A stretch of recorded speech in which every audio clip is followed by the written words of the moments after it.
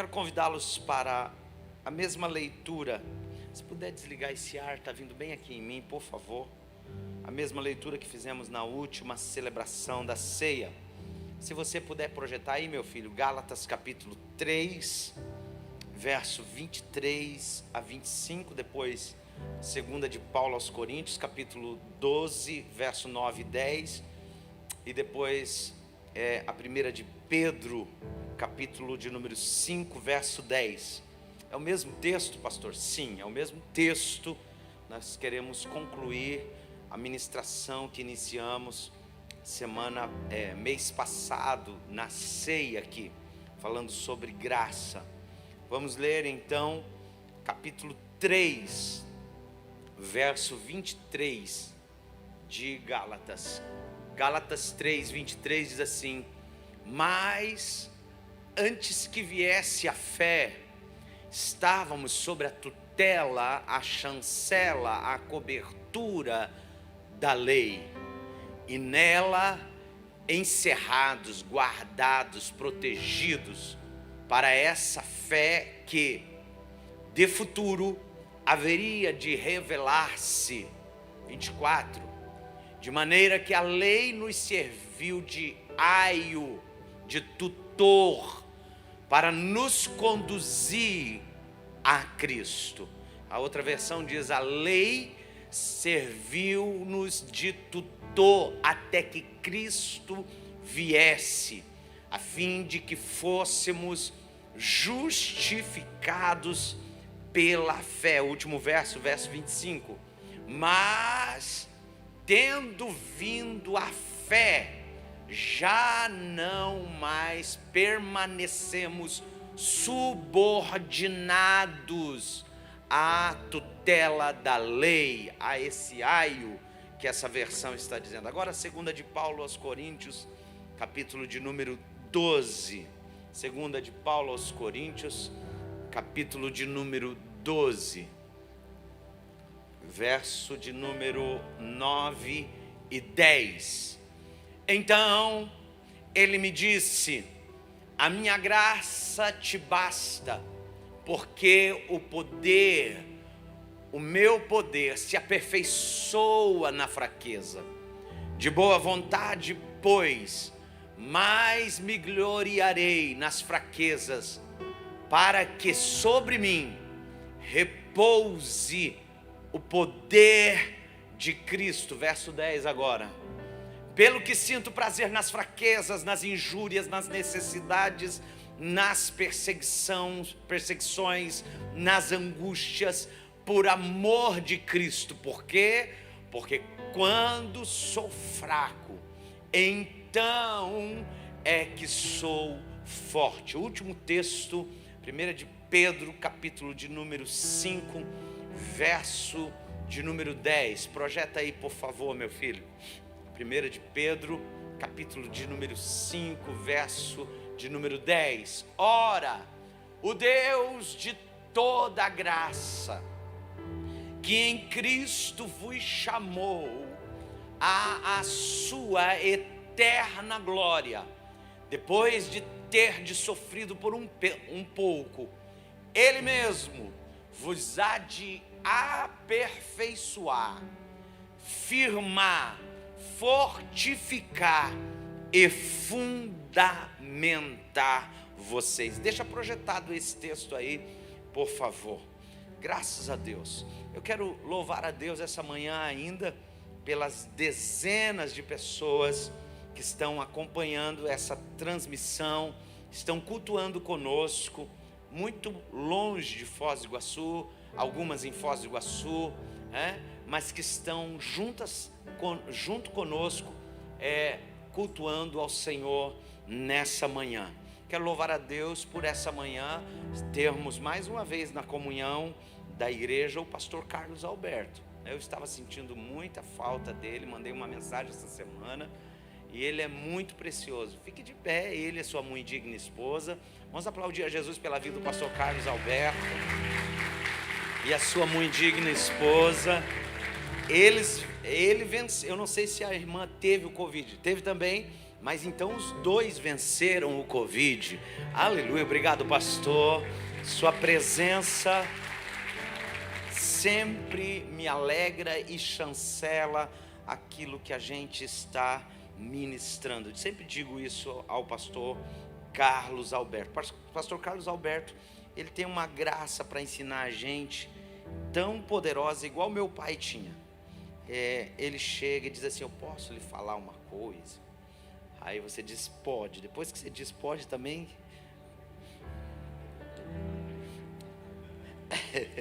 e eu amo quando ele faz isso, né? Às vezes erro de português, muitos, né? Aí ele chega e diz assim: eu posso lhe corrigir? Claro, por favor. Então, pelo amor de Deus, nunca mais diga isso. Eu digo só isso, não mais isso. Aleluia. Erros teológicos ainda não aconteceram, mas se acontecer, ele sabe que tem toda a liberdade para vir, não só a mim, mas a todos dessa casa, né? Porque Deus, quando quis derrubar um gigante, ele usou um menino e umas pedras. Mas quando ele quis demover um faraó, ele usou um ancião com as suas cãs brancas. Porque meninos respondem com pedras, mas anciões respondem com sentenças. Então é bom a gente ter no meio da gente assim, né? Perto de nós, gente que nos ame ao ponto de nos corrigir. Porque as feridas feitas por quem ama são feridas sinceras. É assim que eu aprendi. Fique de pé, vamos orar. Essa manhã, quando era 7:30 da manhã, eu estava chorando no meu escritório, lá em casa, no meu gabinete, lá da minha casa, orando, dizendo: Jesus, por bondade, paira mais uma vez sobre nós com a sua palavra, que não haja resistência à sua voz. Se você puder, meu irmão, minha irmã, levante uma das suas mãos. Se você tem uma palavra de louvor, libere ela agora. Se você tem um aleluia, libere agora. Se você tem uma língua estranha, faça-o agora. Te adoramos, Senhor, neste lugar. Te adoramos, Senhor. Tua presença Ninguém é maior do que tu, Espírito Santo. Sua presença é real nesse lugar. Nos dobramos à tua presença. Nós amamos a tua palavra, Jesus.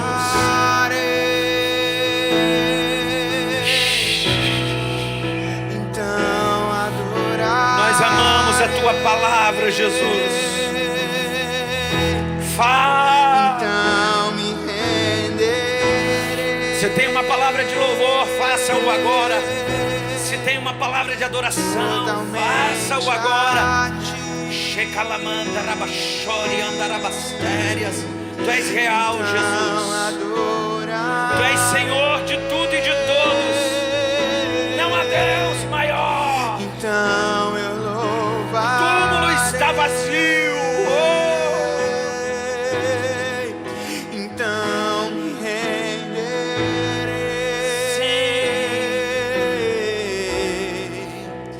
Totalmente a ti. Aleluia. Se assente, meu irmão, minha irmã. Achei engraçado, na última ceia uma pessoa me mandou, recebi tantas mensagens na última ceia. Aí uma delas, o irmão está aqui que falou isso. Falou: estava possuidinho hoje, né?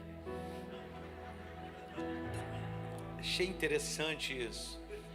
Outra pessoa me mandou uma mensagem assim: que mensagem poderosa, mas grita menos, pastor. Tá bom. Ultimamente só estou apanhando. A hora que eu começar a bater também. Aleluia. Olhe para mim, me dê sua atenção de presente nessa manhã. Na última ceia, eu usei exatamente esses mesmos 3 textos. Por isso perguntei no preâmbulo da minha fala quantos estavam aqui na última ceia. Porque é muito bom que você volte lá. Eu acho que até o final do ano sai, né, esse teaser, né, pastor? Sai? volte lá na minha mensagem e assista o que eu preguei na última ceia. Por quê? Porque é bem importante você entender o que é que nós falamos na última ceia e por que vamos continuar falando nessa ceia. Na última ceia, eu me reportei aos 2 textos de Paulo, um aos Gálatas, a igreja da Galácia, no capítulo 3, outro, o célebre e encantador texto de 2 Coríntios, capítulo de número 12, melhor dizendo, 9 e 10, que é mais familiar da igreja, e me reportando a esses textos, extraí algumas verdades que vale a pena relembrá-las essa noite a título de introdução. Quando Paulo escreve aos irmãos da Galácia, ele está escrevendo a uma igreja que estava, olha aqui para mim, entenda isso, estava voltando ao jugo da lei, estava querendo voltar à circuncisão, estava querendo voltar aos ritos e rituais do judaísmo. Se tem uma frase muito forte na última ceia, que eu li, eu não lembro quem disse essa frase, mas ela é extremamente relevante para esse texto, porque a frase diz assim, que o judaísmo foi o berço que embalou os primeiros passos do cristianismo, mas por pouco o mesmo judaísmo quase que foi o que enterrou o cristianismo. Por quê? Porque havia uma ideia de voltar, especialmente nessa carta aos Gálatas, que Paulo adverte os irmãos, voltar ao jugo da lei. A lei, a Torá, os 5 primeiros livros escritos por Moisés da Bíblia Sagrada. Quando Paulo escreve então o capítulo 3, entenda isso, verso 23, é como se Paulo gritasse aos irmãos da Galácia, e esse grito atravessasse os corredores da história da humanidade, e chegasse até nós, Paulo dizendo: gente, a lei foi o nosso tutor, até Jesus chegar. Disse aos irmãos que, traduzindo, a lei foi o que amparou, a lei foi o que defendeu, a lei foi o que guardou a humanidade, os judeus, até que Cristo chegasse. Falei aos irmãos que naquela colocação de Paulo está dizendo que agora nós não estamos mais debaixo do jugo da lei, mas desfrutamos de algo chamado graça. Preguei aos irmãos que Moisés é a figura central, é a figura predominante da lei, e Jesus é a figura da graça. Tracei um paralelo entre a vida de Jesus e a vida de Moisés, as figuras centrais entre lei e graça. Só vou citar cada uma delas. Primeiro, Jesus e Moisés tiveram suas vidas ameaçadas quando eram crianças. Jesus e Moisés também viveram parte de suas vidas no Egito. Terceiro, Jesus e Moisés eram livres, mas decidiram ser servos. Quarto, Jesus e Moisés, os dois experimentaram deserto nessa terra. Moisés, 40 anos no deserto de Midian, apacentando ovelhas que não eram suas, ovelhas de Jetro, seu sogro. Jesus, diz a Bíblia, conduzido pelo Espírito, com letra maiúscula, o Espírito Santo, é conduzido ao deserto para passar 40 dias. Jesus e Moisés são chamados na Bíblia de mansos. A Bíblia fala que entre os que nasceram de mulher, Moisés foi o homem mais manso que andou por essa terra. Jesus fala dele mesmo, quando ele diz: vinde a mim vocês que estão cansados e sobrecarregados, tomai sobre vós o meu jugo e aprendam de mim, porque o meu jugo é suave, meu fardo é leve e eu sou manso de coração. Então Jesus e Moisés, um é chamado do homem mais manso da terra, o outro chama para si a responsabilidade, dizendo: eu de fato sou manso. Jesus cumpre a lei, Moisés quebra as tábuas da lei. Escute isso. E sexto, Jesus e Moisés vão junto até o Tabor. Lá no Monte Tabor, Moisés desaparece e só vai aparecer mais tarde lá em Hebreus capítulo 11, na galeria dos heróis da fé. Jesus desce do Tabor, vai curar um menino que ora se joga no fogo, ora se joga na água, e aí continua o seu ministério. Quando nós olhamos para esse paralelo, há coisas incríveis sobre Jesus e Moisés, mas param no Tabor, porque Jesus cumpre todo o seu propósito. Moisés, o propósito é interrompido por alguma razão que só Deus sabe, e ele não entra na terra prometida. A segunda verdade que eu preguei na última ceia está atrelada ao texto que nós lemos da segunda carta de Paulo aos Coríntios, quando ele fala dele mesmo, e eu ministrei sobre isso. Paulo diz: para que eu não me exaltasse pelas excelências das revelações, foi-me dado um espinho na carne, a saber, um demônio enviado por Satanás para me esbofetear. E Paulo diz: 3 vezes eu orei, pedindo, clamando, suplicando, para que esse espinho fosse tirado, esse demônio fosse arrancado. Mas Deus veio a mim com uma palavra dizendo: Paulo, está resolvido, está equacionado. O Senhor vai tirar o demônio? Não, Paulo, eu vou acrescentar a minha graça na sua vida. Por quê? Porque a minha graça te basta, porque o meu poder se aperfeiçoa na sua fraqueza. Aleluia. Essa palavra é encantadora, irmãos, porque a minha verdade é que tem situações na vida que nunca vão se resolver, ou melhor, tem situações na vida que se resolvem não porque a situação foi revertida ou mudada, mas porque a graça de Deus é que vai nos sustentar. Você pode aplaudir a Jesus por essa palavra?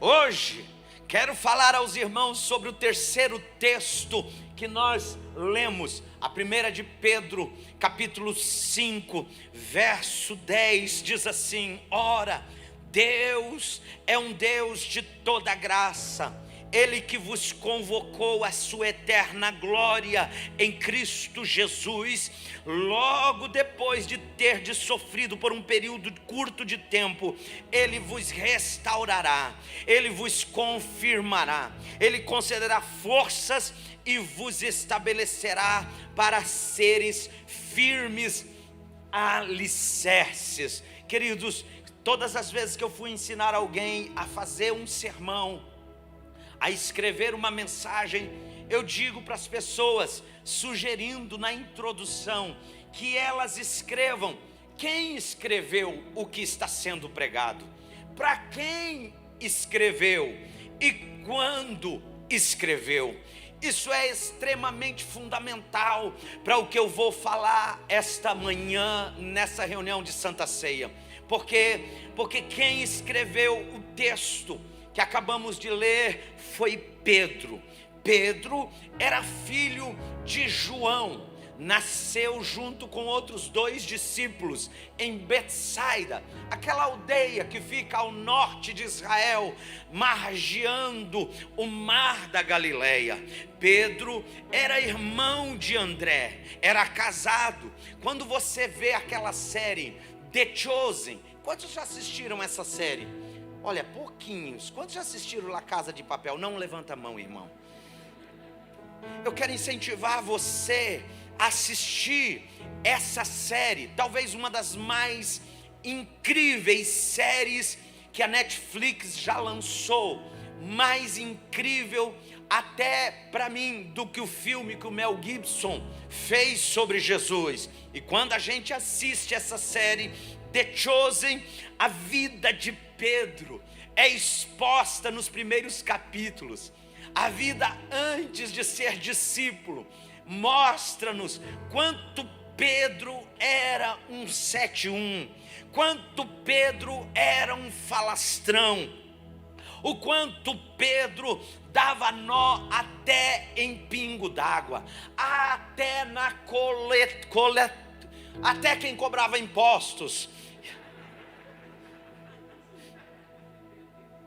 Pedro dava nó, enganava, dava um jeito, conseguia extrair das pessoas favores, até do centurião, ficava devendo favores para Pedro, porque Pedro era um cara extremamente para frente, quase vigarista. Pastor João Colenda Lemos, ele diz assim: Pedro era ladino, era quase vigarista, era quase o Dick vigarista, porque o Pedro, antes do encontro com Jesus, era exatamente isso que eu estou dizendo a vocês. Um empresário bem sucedido, ou mais ou menos sucedido na área da pescaria, discípulo chamado pelo próprio Jesus, um pregador incrível,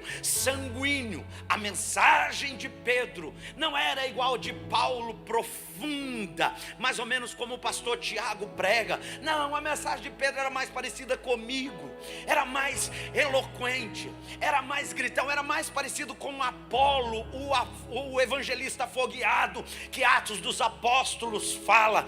Não era um cara teologicamente profundo, era um pescador das mãos rudes. Rudes?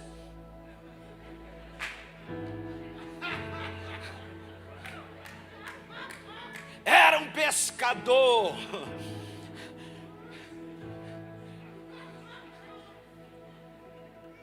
Um cara de uma autoestima inabalável, um cara que não se sentia intimidado quando ia falar em público. Não, meu irmão, Pedro, quando ele resolvia pregar, sai da frente.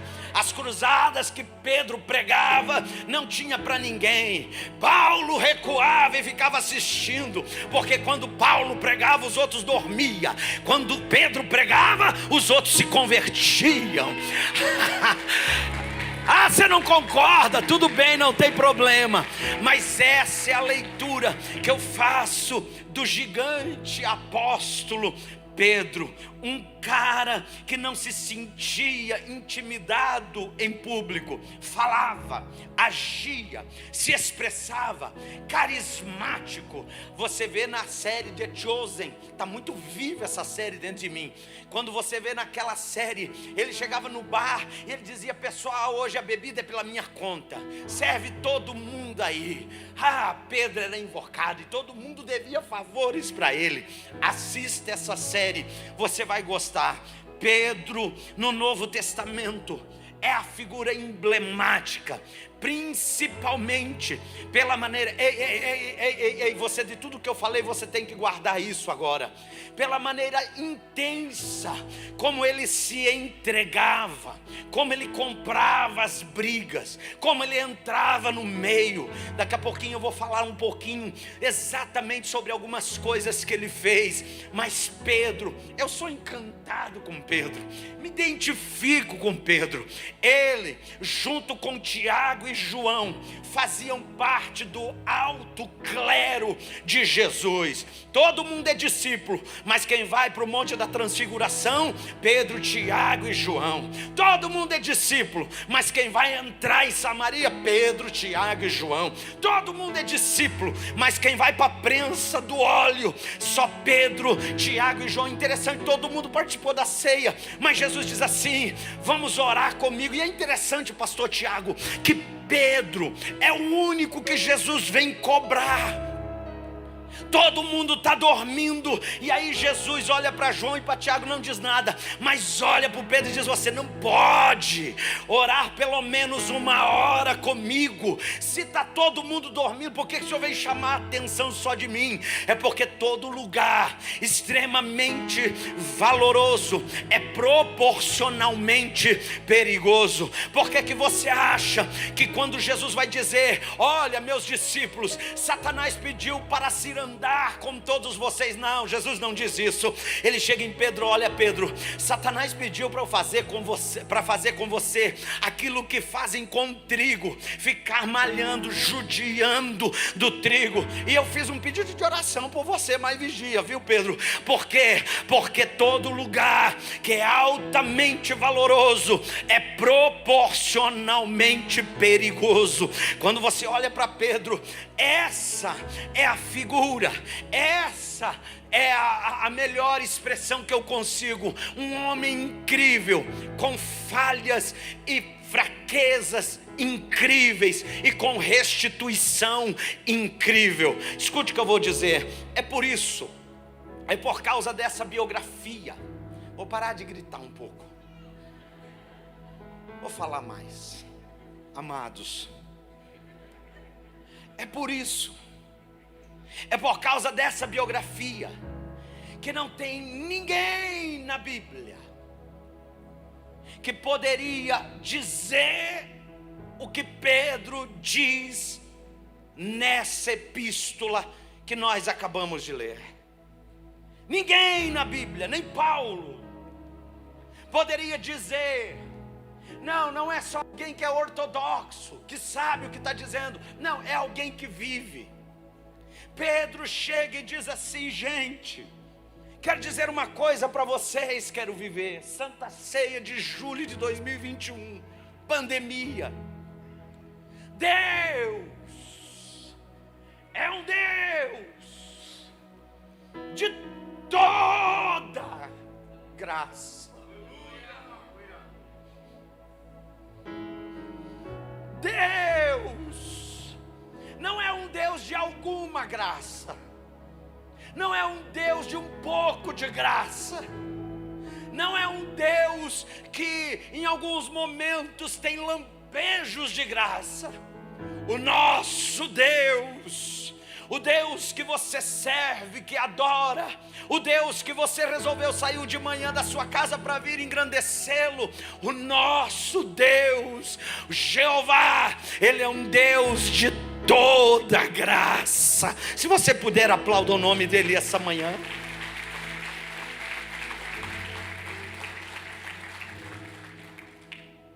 Por que isso é importante? Porque quando você estuda a vida de Pedro, você descobre que para Pedro não adiantaria alguma graça. Você descobre que para Pedro não bastaria uma dose de misericórdia.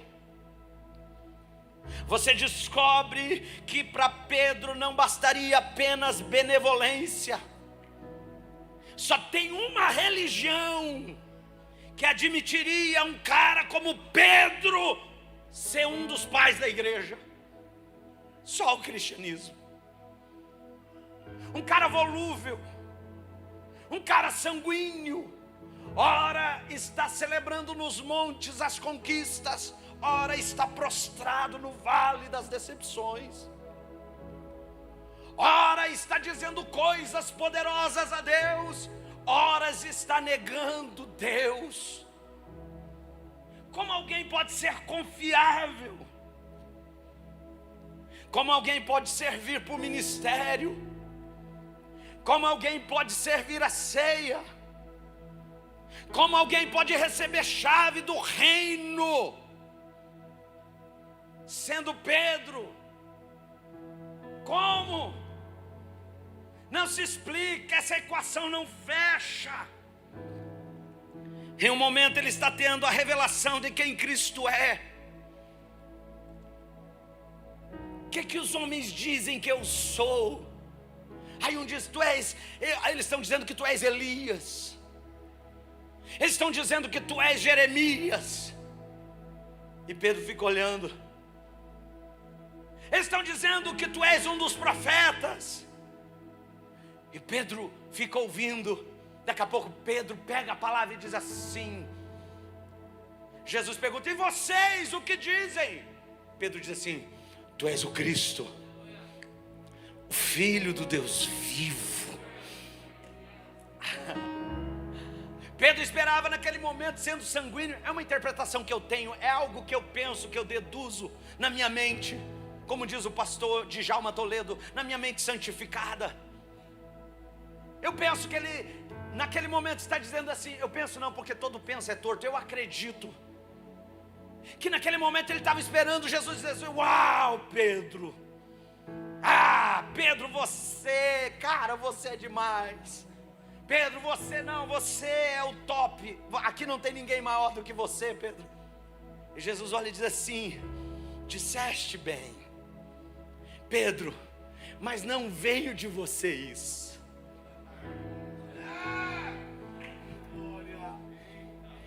Falou bonito, mas a ferramenta é emprestada. Rebentou hoje no púlpito, mas não tem nada a ver com você.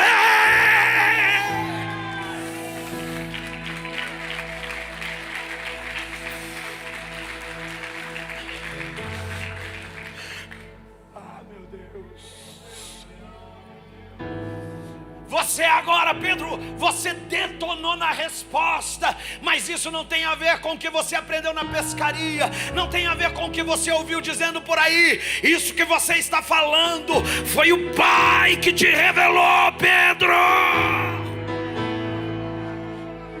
Agora entenda isso. Por que é que o diabo estava querendo malhar Pedro como se faz ao trigo? Porque Pedro tinha revelação. Satanás não está preocupado com quem não tem revelação. Ah, não, você não está entendendo. Satanás não está preocupado com quem não tem revelação. O problema do diabo, eu acho, às vezes eu fico olhando. Eu não sei se você já teve essa pergunta como o salmista no Salmo 77. Oh meu Deus, até quando o ímpio vai prosperar? Até quando isso vai dando certo? Até quando esse cara enrolado vai conquistando? Até quando isso? Não, deixa aí na força do braço. Sabe por quê? Porque quem tem revelação é sempre na corda bamba, é sempre na berlinda. Quem tem revelação, o diabo está sempre tentando para ver se derruba, se acaba, se destrói. Mas Jesus está do nosso lado.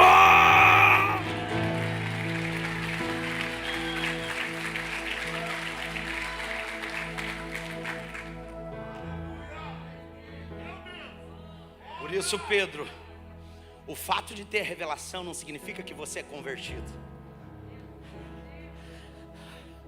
Quando você se converter, você tem revelação, mas você continua ainda com os mesmos costumes, os mesmos hábitos. E tem uma coisa, teus irmãos precisam de um testemunho bom. Então quando você se converter, prega para os teus irmãos que agora você só tem revelação, você não pode pregar. Porque a irmã gêmea da revelação é o testemunho, é a vida. Então não adianta ter revelações surreais e a vida não condizer. Então Pedro, é bom que tenha alguém que tenha revelação no nosso meio. Por quê? Porque é interessante que alguém esteja revelando coisas profundas a nós. Mas quando você se converter, você já conheceu pessoas que têm revelações incríveis? Que quando abre a boca é incrível, mas quando vai para a vida é horrível. Quando prega é atraente, quando vive é repelente.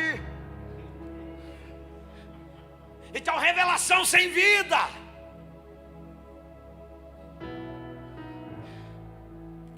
Pedro, quem que dizem os homens que eu sou? Tu és o Cristo, o Filho do Deus Altíssimo. Daqui a pouquinho, Jesus diz: gente, é o seguinte, daqui a pouco o Filho do Homem vai ser entregue, vai morrer e tal, e está pregando ali aquele sermão funesto, falando da cruz, falando de um futuro sombrio, é bem daqui a pouquinho. E Pedro olha e diz assim: não,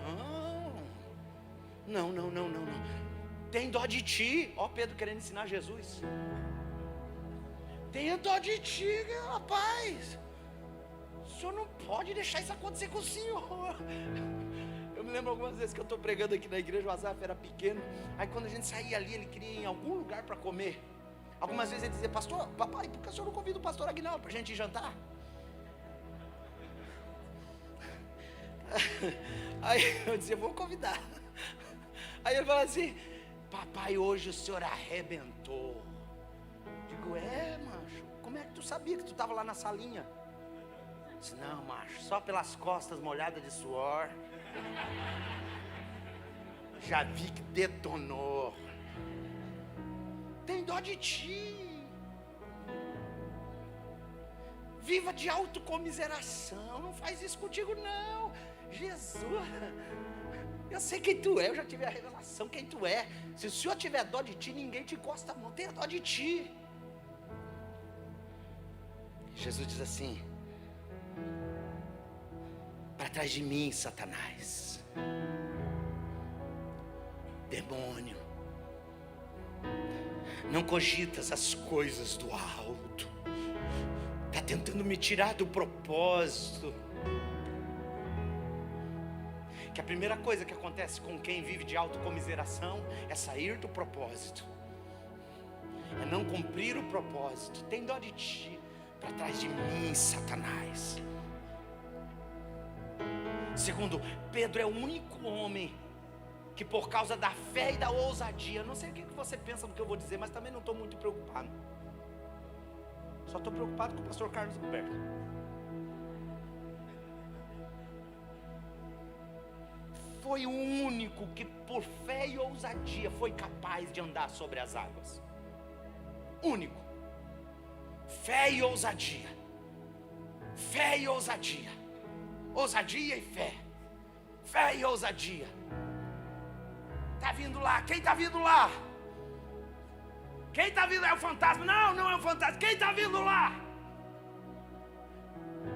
Aí Jesus: sou eu. Filhos. Filhos. Aí Jesus: se és tu, manda eu ir andando por cima da água também. Quero ver. Oh, eu acho muito legal, Pedro. Se és tu, dá prova disso. Está botando banco, andando sobre as águas, mas eu quero ver se é tu mesmo. Manda eu ir também.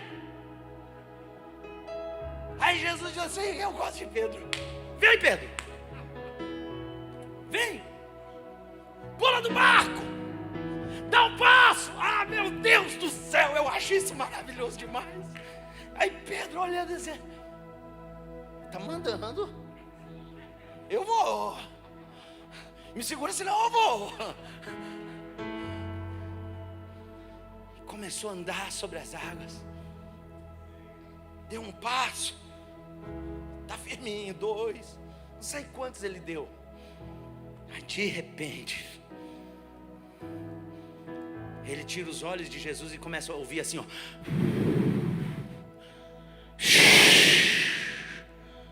Ah, meu irmão.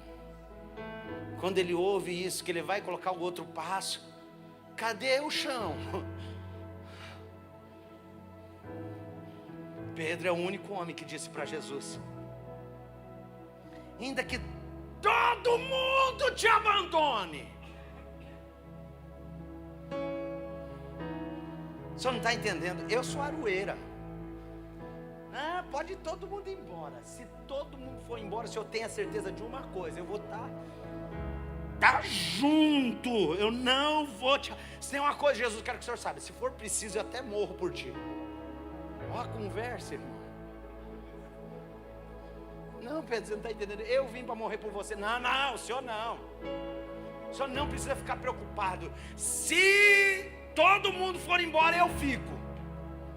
E se eu ficar, eu estou disposto até morrer por ti. Jesus é preso, levado, chegam até a casa de Caifás, depois Anás, de um pretório ao outro, e ele encontra no pátio da casa uma fogueira para se aquentar e fica escondido. E uma empregada passa e diz: esse Galileu é um nortista. Estou vendo pelo sotaque dele. Ele é Galileu, ele vem do norte. É um deles. Pedro diz: não sou. Daqui a pouco alguém pergunta: aqui tem um deles. Não sou. Na terceira vez, Pedro esbraveja e fala até palavrão. Não conheço, nunca vi. E naquele momento os olhos de Jesus alcançam Pedro. Sabe que hora é? Pastor Hernandes Dias Lopes diz que esse homem mora debaixo da nossa pele. E o sangue desse homem corre nas nossas veias, porque o coração desse homem bate no nosso peito. Não há ninguém na Bíblia que nós tenhamos mais o DNA dele do que Pedro. Pedro nos representa na nossa humanidade. Pedro nos representa nas nossas fraquezas. Pedro nos representa nos nossos conflitos.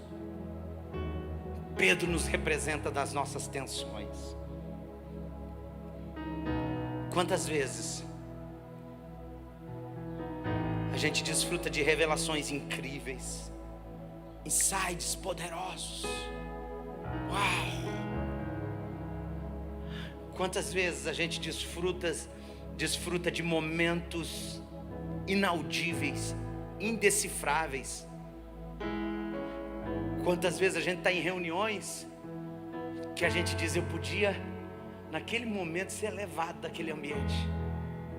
Algumas 24 horas, às 3, 4 horas da manhã, eu encontrava um lugarzinho ali, em algumas 24 horas. Quando diminuía um pouco, a igreja cheia, mas diminuía um pouco a frequência, 4. Parece não, era aquele horário que para mim, ele vinha, irmão, se levantasse o inferno com a capetada toda, eu passava por cima. E não muito tempo depois,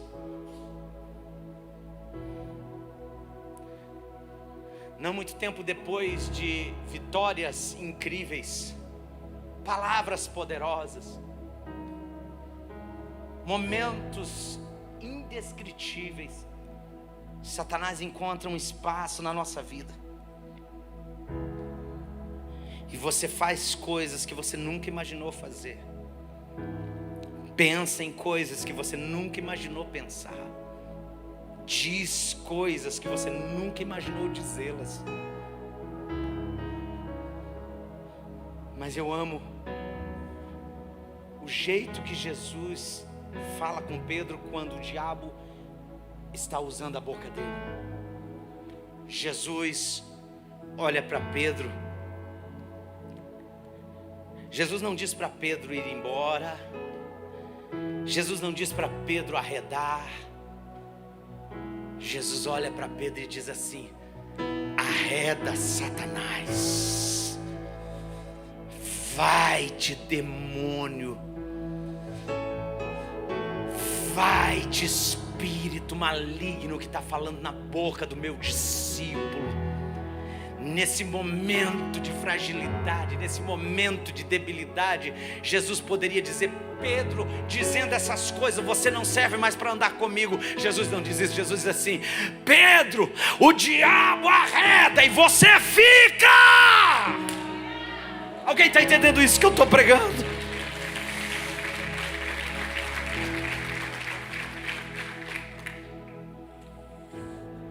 Só pode fraquejar e pensar que vai afundar quem tem coragem de andar sobre as águas.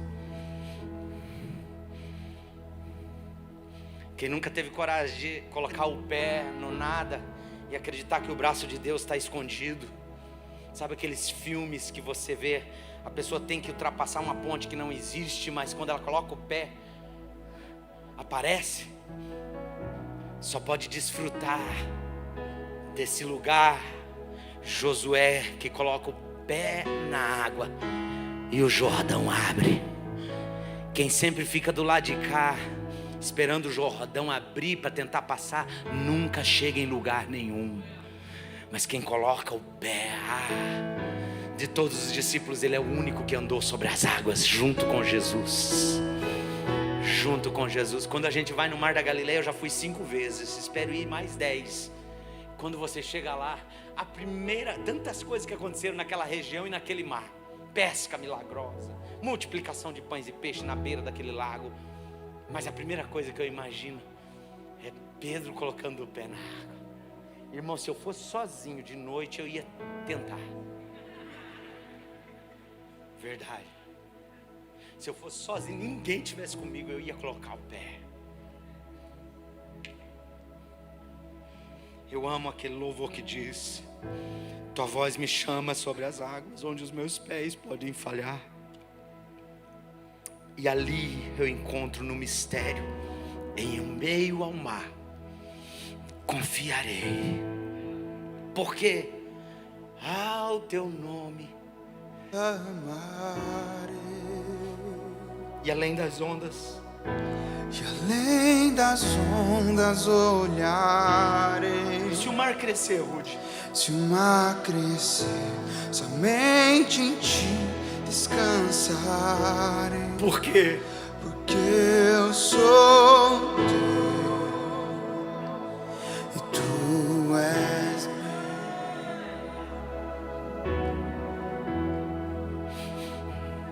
Sua graça cobre os meus temores, sua forte mão me guiará. Se estou cercado pelo medo, se estou cercado pelo medo, tu és fiel, nunca vais falhar. Ao teu nome clamarei, e além das ondas olharei. Se o mar crescer, somente em ti descansarei, pois eu sou teu e tu és meu.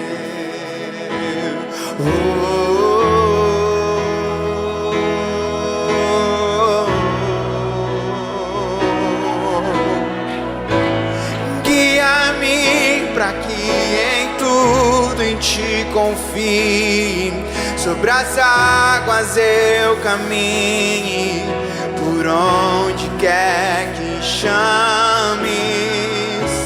Leva-me mais fundo do que já estive, e minha fé será mais firme, Senhor, em tua presença. Pedro, um homem que eu chamo para caminhar comigo, não vai morrer afogado na minha frente. Eu te levanto daí.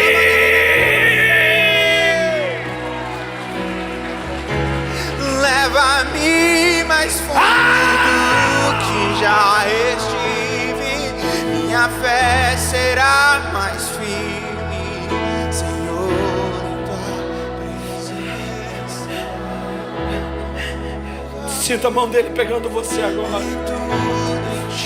Sinta a mão dele pegando você agora. Águas eu caminho.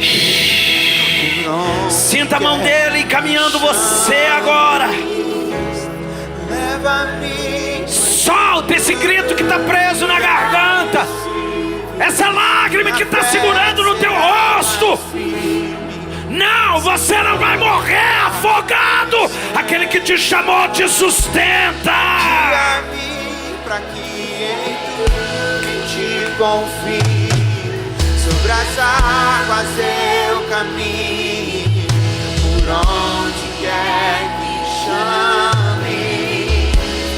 Leva-me mais fundo do que já estive. Minha fé será mais firme, meu Senhor, em tua presença.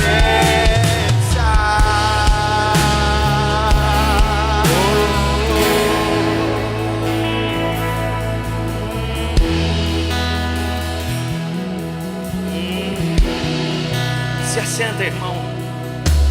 Mais um pouquinho, por favor. Diga assim: o nosso Deus.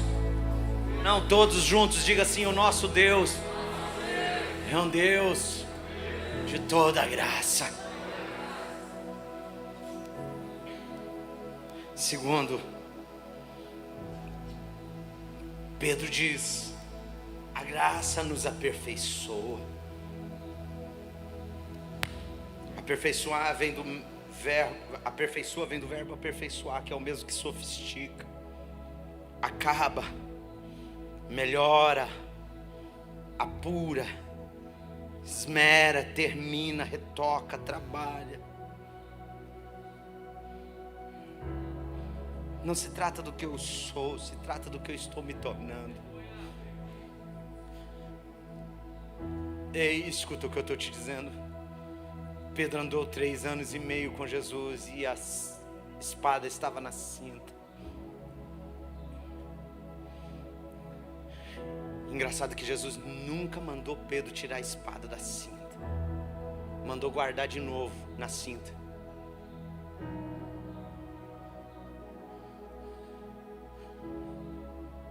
Nós estamos numa série aqui que quarta-feira eu vou ministrar sobre o Espírito Santo, sobre avivamento, até o dia de Pentecostes. Pedro era exatamente a mesma coisa o tempo todo.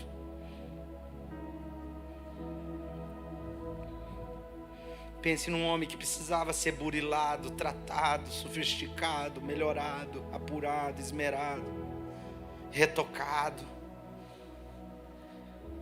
Você está pensando que eu vou dizer Pedro, né? Não, você, eu. A graça de Deus, ela vai nos moldando, vai nos aprimorando. Por quê? Porque Deus não busca perfeição, Deus busca sinceridade. Por isso que é um coração quebrantado e contrito. Ele não despreza. Por isso que Saul pecou muito menos do que Davi. Deus diz assim: eu rejeito Saul. Por quê? Porque Deus não está procurando perfeição. Ele sabe do que eu sou feito. Ele sabe do que você é feito. Na verdade, aqueles que se acham perfeitos não podem ser usados por Deus, porque eles usam Deus.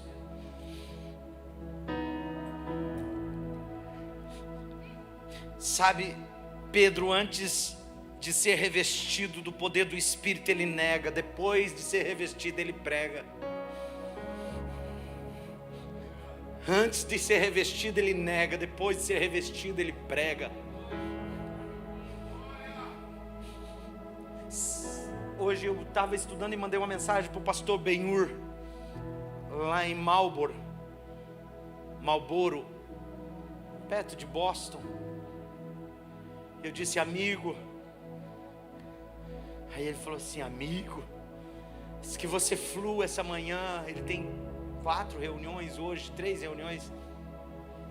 Que você flua no que Deus te chamou. Falei, estou escrevendo aqui, amigo, me lembrando de Toledo. Escrevi aqui. Lembro de quando isso aconteceu com a minha geração. Quando a gente parou de ir para a igreja por causa das meninas e começou a ir para a igreja pelo que estava gritando dentro de nós.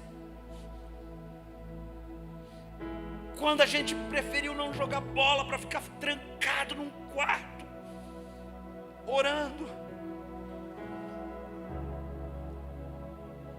Meu pai saía para trabalhar 3 horas da tarde, voltava 1 hora da manhã.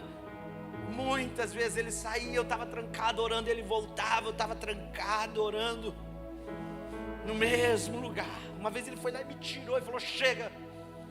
Quando eu levantei, saiu sangue do meu joelho. Eu não estou te falando que eu sou melhor ou mais santo do que ninguém. Quando isso aconteceu, como é que um jovem pode querer orar?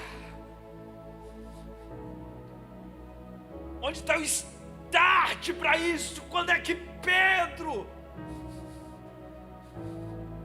não vai negar mais? Quando foi, Tiago, que você foi capturado por algo que era maior que você e você queria ler? Meu Deus, solteiro, eu li a Bíblia 8 vezes de capa a capa, solteiro. Como que alguém pode ser startado desse jeito? Qual é o segredo? Uma experiência com o Espírito Santo que te consome.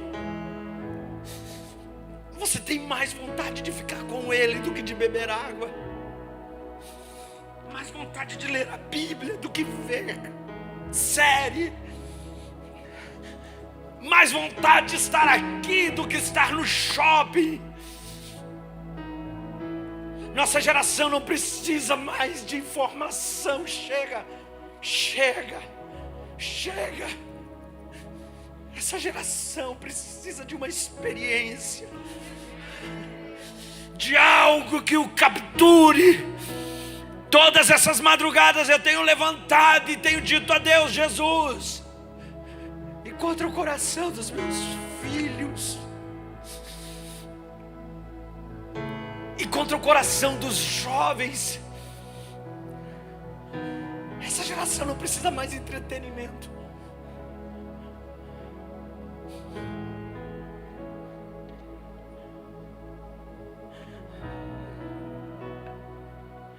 Senhor, Tommy Tenney disse no seu livro Caçadores de Deus que Deus não vai se revelar a uma geração que não tenha fome e sede dele. Não se trata de uma mensagem, se trata de uma experiência.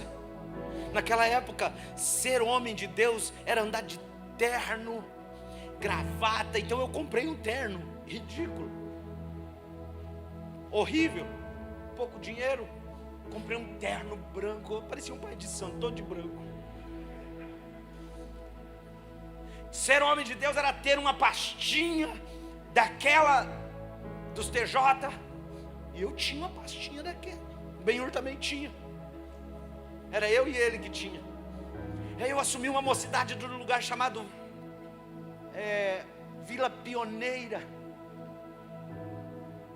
E quando eu fui ao batismo dessa Vila Pioneira, eu levei 39 novos convertidos. O culto dos jovens era domingo à tarde. Aí eu saía escondido, porque na frente da minha casa tinha um campo de futebol. Os meus amigos estavam todos jogando bola. Eu pegava a bicicleta e saía escondido. Colocava o terno dentro de uma sacolinha plástica, junto com uma Bíblia pequenininha que eu tinha. Ia para a igreja, levava uma toalha. Não tinha lugar para tomar banho, então eu enxugava todo o suor. Depois colocava o terno. Aí colocava o terno, fechava assim, era fininho, cabelinho para o lado, costeleta. Aí colocava o terno, dobrava o joelho e dizia: Jesus, vem aqui.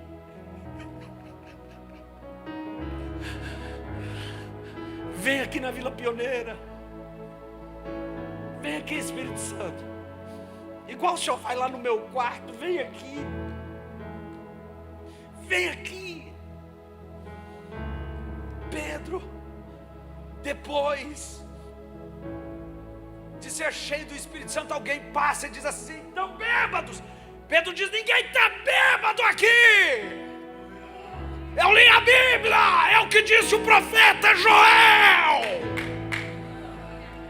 Agora ele não nega mais, agora ele não entrega mais. Por quê? Porque ele teve uma experiência com o Espírito Santo.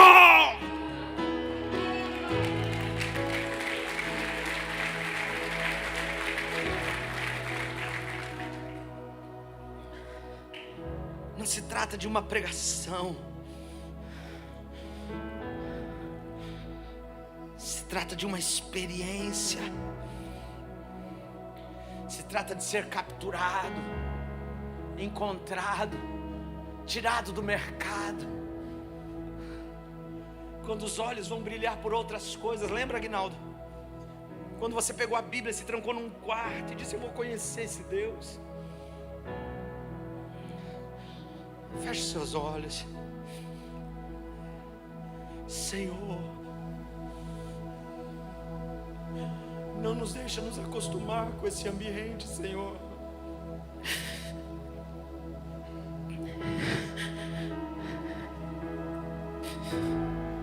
Não nos deixa ser exigentes com mais uma mensagem, Senhor. Nós queremos uma experiência, Senhor. Algo que marque a nossa geração.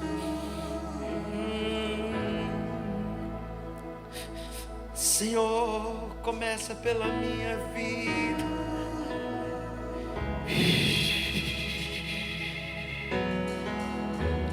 De repente ouviu-se um barulho, como um som de um vento impetuoso, e encheu toda a casa.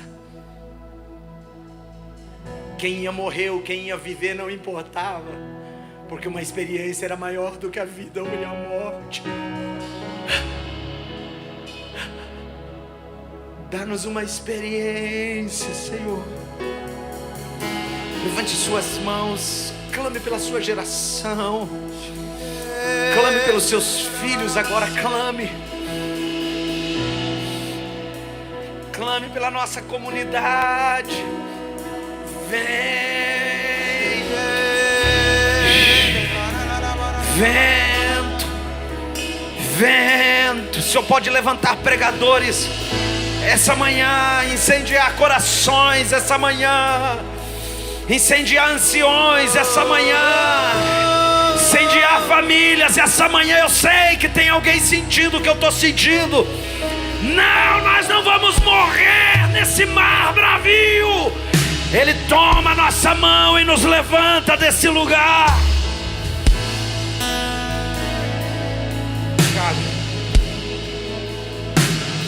Fique de pé, fique de pé. Eu não vou mais à frente porque já é meio-dia.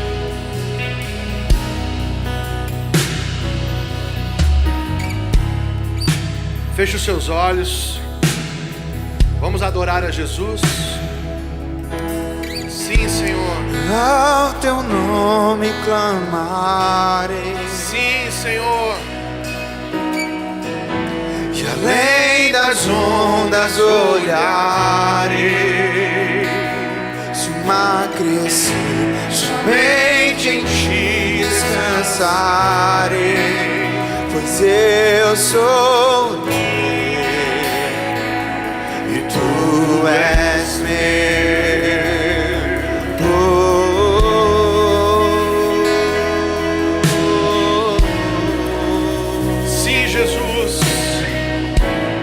Ao teu nome clamarei,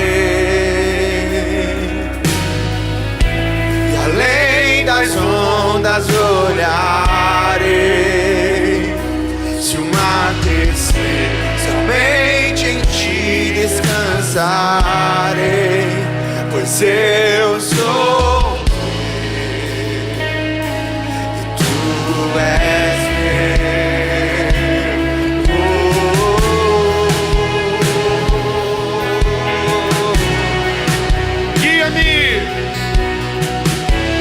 Guia-me pra que em tudo em ti confie. Sobre as águas eu caminho, por onde quer que chame. Leva-me mais fundo do que já estive. Minha fé será mais firme, meu Senhor, em tua presença. Guia-me pra que em tudo em ti confie. Sobre as águas eu caminho, por onde quer que me chame. Leva-me mais fundo do que já estive. Minha fé será mais firme, meu Senhor, tua presença. Senhor, nós te agradecemos por essa palavra. Te agradecemos pela instrução, pelo encorajamento. Te agradecemos pelo fogo do Senhor nos nossos corações. Nós nos submetemos, Senhor, àquilo que ouvimos. Queremos que a sua glória, que o seu fogo, que o seu Espírito governem a nossa vida, Senhor. Em nome de Jesus, ó Deus, nos dê um encontro real com o Senhor que mude a nossa história. Nessa manhã nós oramos e te agradecemos, Pai. Em nome de Jesus, dê um aplauso ao Senhor. Mais forte. Aleluia. Nós vamos cear agora. Eu quero convidar você para fazer isso com muita reverência diante daquilo que nós ouvimos. O Senhor, Ele está nos chamando para esse tempo de encontro. Nós estávamos em Santa Rita ontem e esse final da pregação foi exatamente o que nós falamos ontem, né, Pastor Rudy? Que o que uma geração precisa é de um encontro genuíno e verdadeiro com o Espírito Santo. Nós temos pessoas que se encontraram com estruturas, com costumes, com dogmas, com bons hábitos, mas eles não queimaram de amor por Jesus. E que nós possamos nessa manhã, apesar de nós, nos encontrar com esse amor que queima todos os outros amores. A gente consegue fazer essa canção durante a ceia? Que esse encontro possa queimar todos os seus amores. Sabe o que bloqueia a gente nessa nossa relação com Jesus? Não são as coisas que estão fora de nós, são as coisas que nós aprendemos a amar. Nós aprendemos a amar o nosso ego, a nossa razão, as nossas estruturas, os nossos lugares. Mas Jesus está nos chamando e dizendo assim: queima tudo isso por amor a mim. Que essa manhã nós possamos queimar tudo isso nessa fogueira da graça. Amém, queridos? Paulo apóstolo diz em 1 Coríntios 11, 23: pois eu recebi do Senhor o que também entreguei a vocês, que o Senhor Jesus, na noite em que foi traído, tomou o pão e, tendo dado graças, partiu e disse: isto é o meu corpo dado em favor de vocês. Façam isso em memória de mim.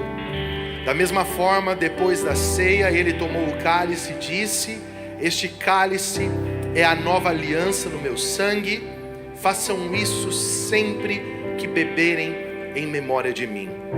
Porque sempre que comerem deste pão e beberem deste cálice, vocês anunciam a morte do Senhor até que Ele venha. Portanto, aquele que comer o pão ou beber o cálice indignamente será culpado de pecar contra o corpo e o sangue do Senhor.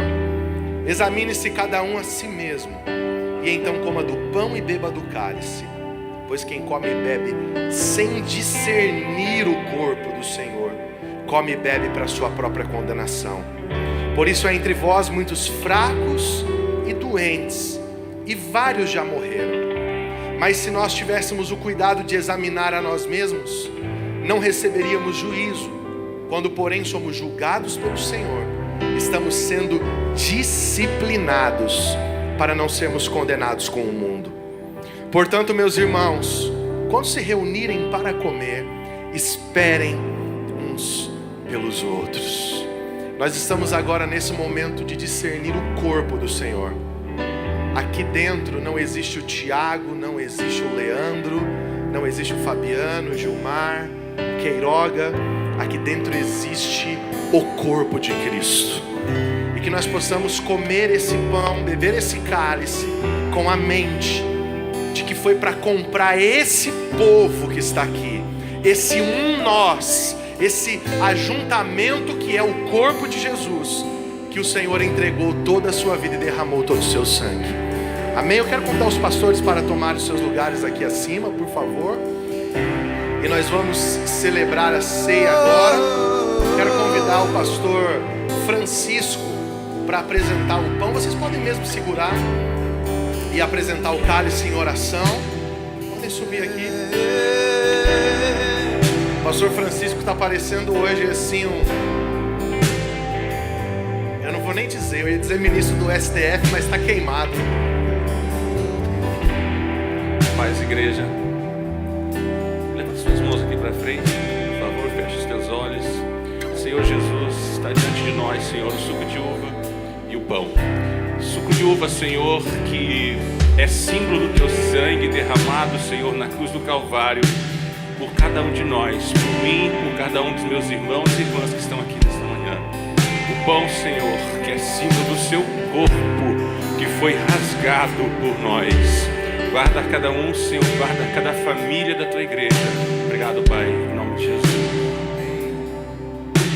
Os diáconos podem distribuir o pão e logo em seguida nós vamos distribuir o cálice. Quem tem intolerância pode levantar uma das mãos a glúten ou lactose. Tem um pão específico para você.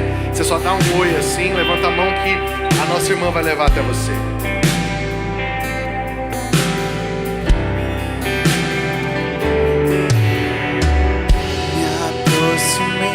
Permaneci, teu olhar me consumir.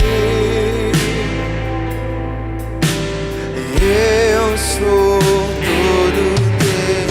Me aproximei, permaneci, teu olhar me consumir.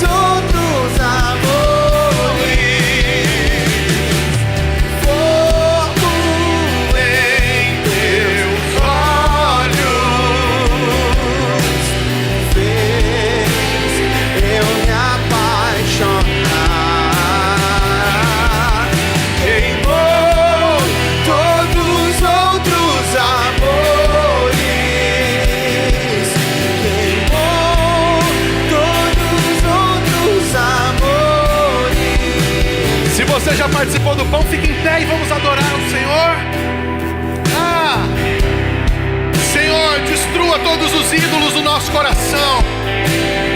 Toma o lugar que é teu, Jesus. Toma o lugar que é teu, Jesus. Me aproximei, toma o lugar que é teu, Jesus. E o teu olhar me consumiu. Eu sou todo teu. Me aproximei, permaneci, e o teu olhar me consumiu. Eu sou todo teu, fogo em teus olhos.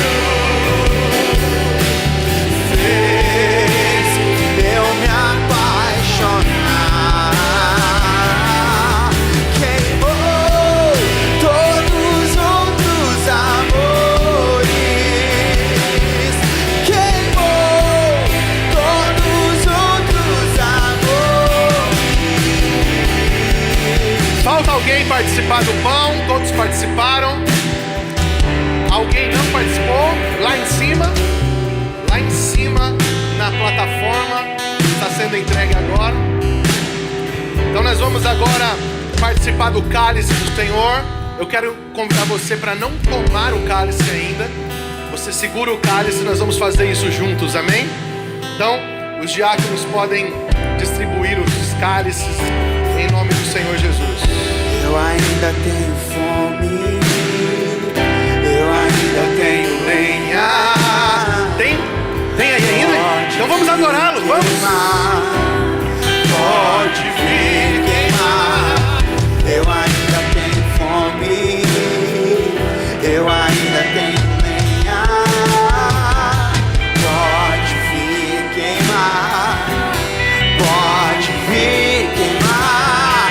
Eu ainda tenho fome, eu ainda tenho lenha. Pode vir queimar, pode vir queimar. Eu ainda tenho fome, eu ainda tenho lenha.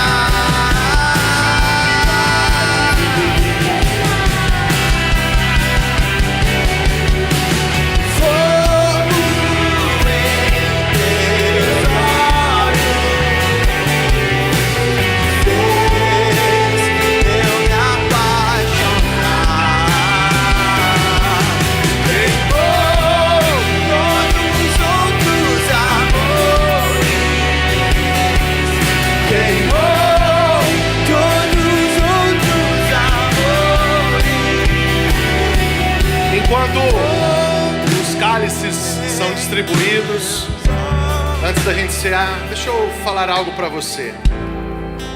O pastor Adalberto falou algo aqui que isso tem queimado muito nos nossos corações, a respeito do que acontece quando uma geração ela é despertada.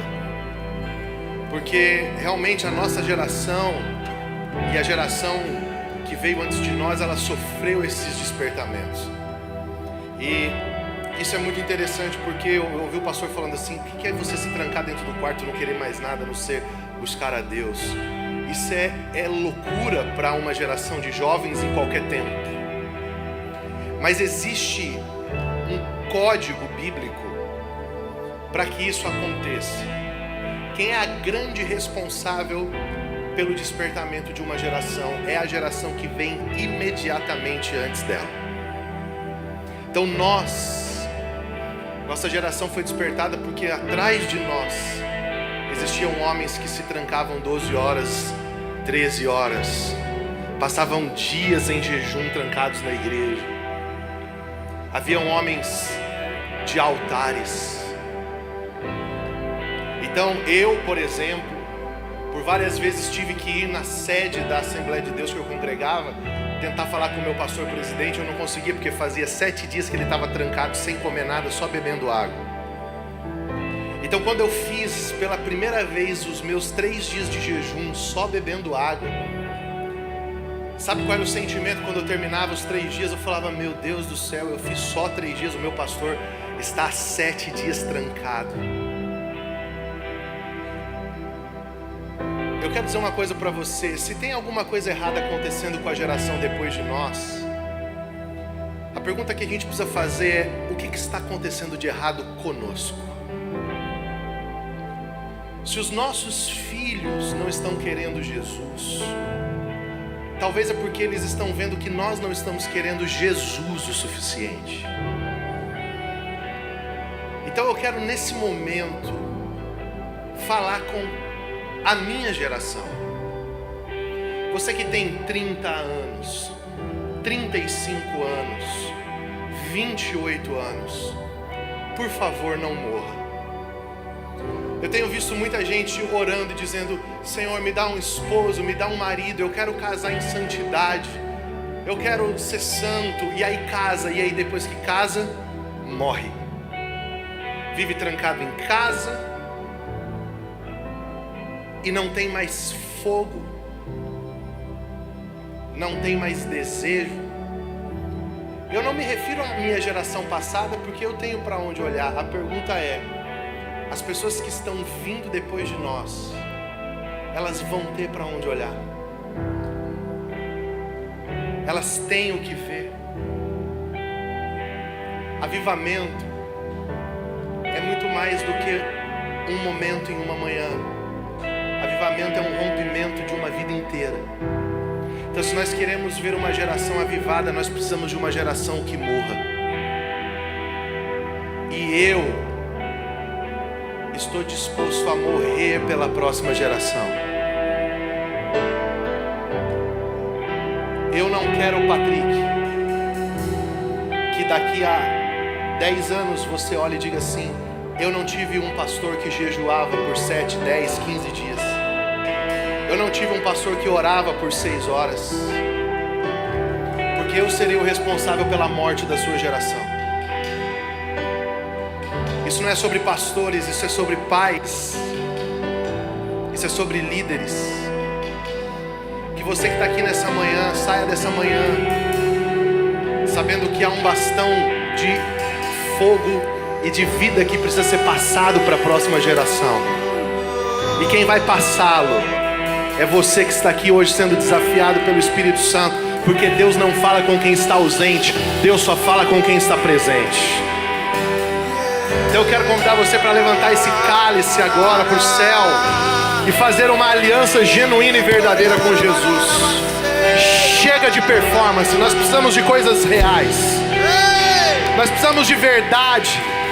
Nós precisamos de coisas genuínas. E esse é um tempo de verdade sendo levantadas. Que nós possamos sim morrer. Que nós possamos sim alinhar os nossos amores. Sim, que nada dessa terra possa nos atrair mais do que os olhos de Jesus. E então sim, uma geração vai olhar e vai dizer: nós precisamos amar Jesus como os nossos pais amam. Senhor, nós queremos subir além das agendas, subir além das estruturas religiosas, subir além do ministério, subir além daquilo que é obediência. Nós queremos queimar de amor por Ti. Nós queremos subir nos lugares altos e olhar nos Teus olhos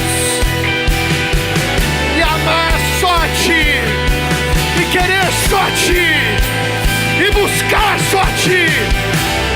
E nessa manhã, diante de um altar de sacrifício, eu me comprometo a Te amar acima de qualquer coisa, para que uma geração possa viver, Jesus.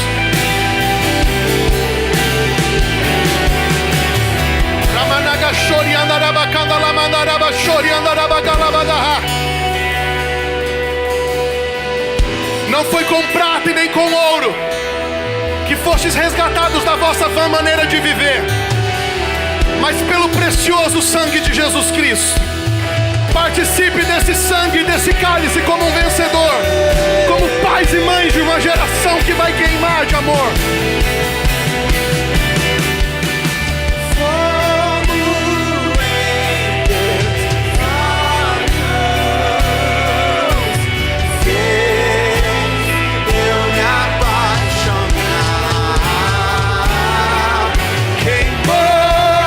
Todos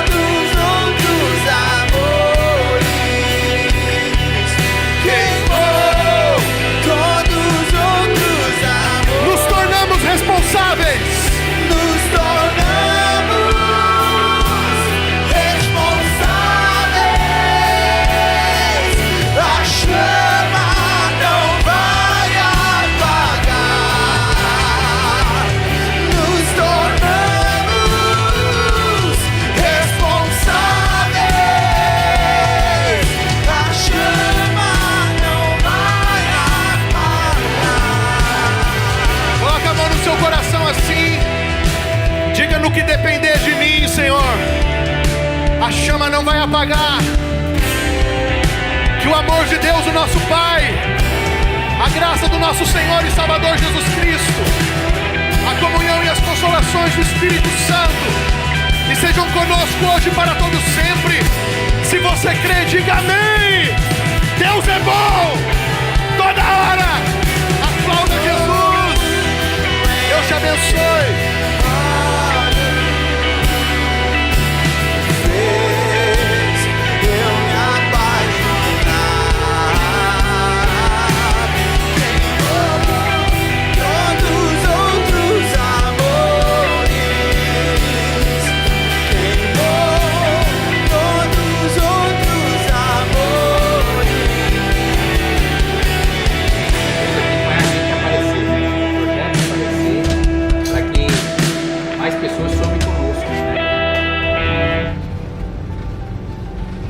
Chegando na igreja não conhece esse projeto.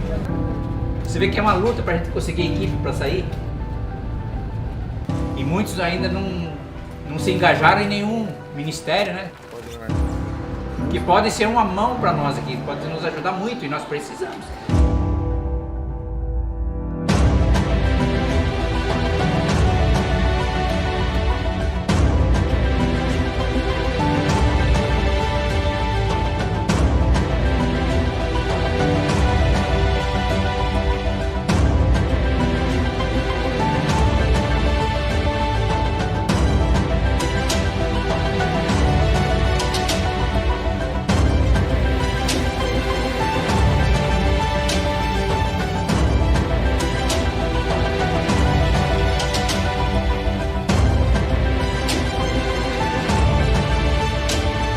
Hoje a gente está fazendo arroz, molho de frango, legumes.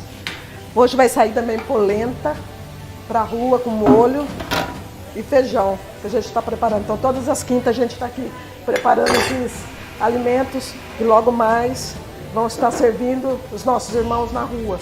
Então o total de todos os alimentos cozidos sai em torno de 400, 450 marmitas toda quinta-feira que irão para as ruas. Passarão pelos UPAs, né? Vai na favela do Jardim Jupira, vai nas comunidades, onde são entregues essas marmitas, para servirmos o reino de Deus, né? E fazermos a obra de Deus assim que ele, obedecendo o ID do Senhor. 240 daqui, tudo aqui.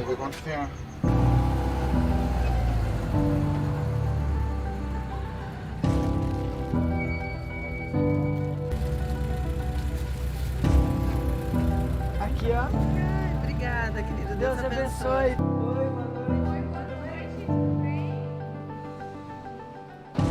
Sabe quem pagou? Não. Jesus, quando ele morreu na cruz, ele pagou. Amém?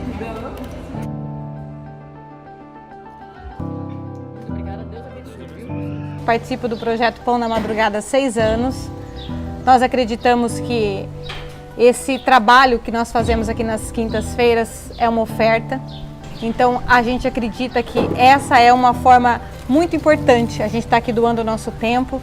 Deixamos muita coisa sem fazer em casa para estar aqui servindo ao nosso Senhor, nosso Deus.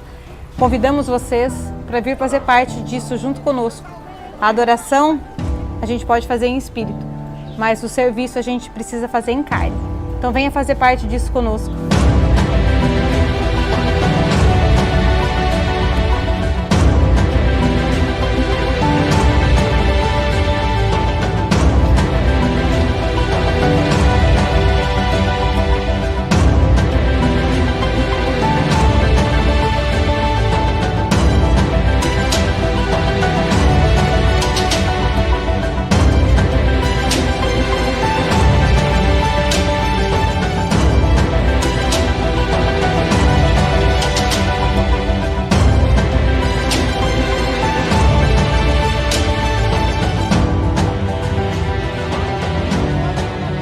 Eu fico honrado em poder servir pessoas como eles, porque assim como eles, um dia eu passei por isso, eu usei a mesma coisa que eles estão usando e graças à igreja, graças a um projeto como esse, eu pude conhecer Jesus Cristo E Jesus Cristo mudou a minha vida, assim como eu acredito que pode mudar de todas elas.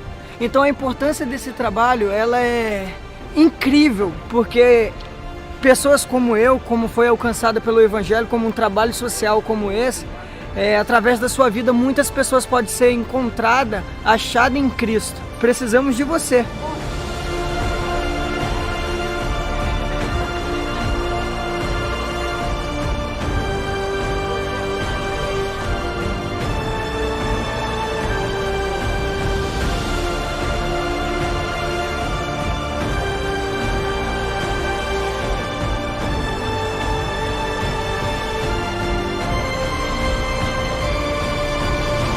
Isso daqui é uma bênção de Deus na nossa vida.